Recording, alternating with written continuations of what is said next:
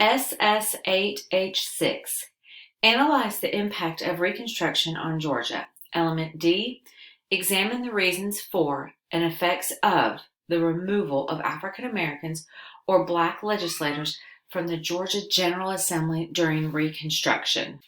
Our learning target today: I will look at the reasons for the removal of and the effects of African Americans in the Georgia General Assembly. In 1867, African American or Black men were given an amazing amount of political freedoms. Some African American men, 32 African American men to be exact, were even voted into political office. In 1867, the General Assembly got together. Within days of the start, the African American or Black legislators were removed from office. The Journal of the Senate in 1868 simply stated that African Americans or Blacks were persons of color or non-citizens and were not allowed to hold office under Georgia's Constitution. The Democrats looked through the state constitution to find anything that supported that.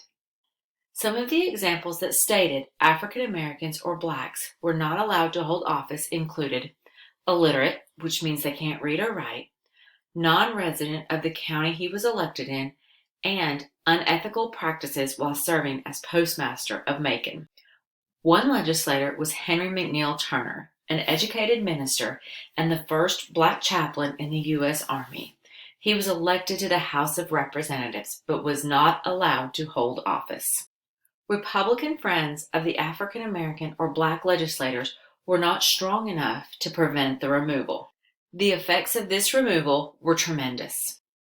Republican Governor Rufus Bullock took the case to Congress, wanting to reinstate the removed legislators. Because of the removal of the legislators, Georgia was still not allowed back in the Union. During this time, many African Americans or Black political leaders had outrages, also known as an act of cruelty or violence. Things like being beaten after requesting help for a freedmen's school. In 1868, Black leaders met in Macon, Georgia to attend the Colored State Convention.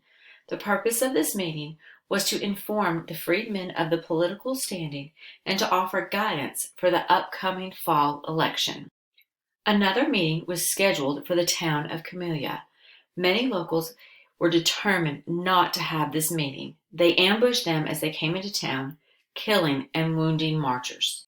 The news of the Camilla Massacre made national headlines. It helped shape the opinions of voters in the 1868 presidential election.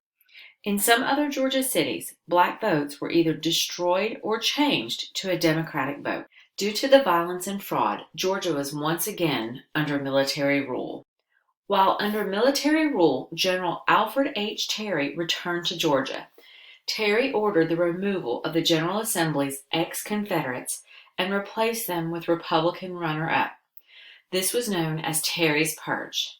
The expelled African American or Black legislators were reinstated, creating a heavy Republican majority in the legislature.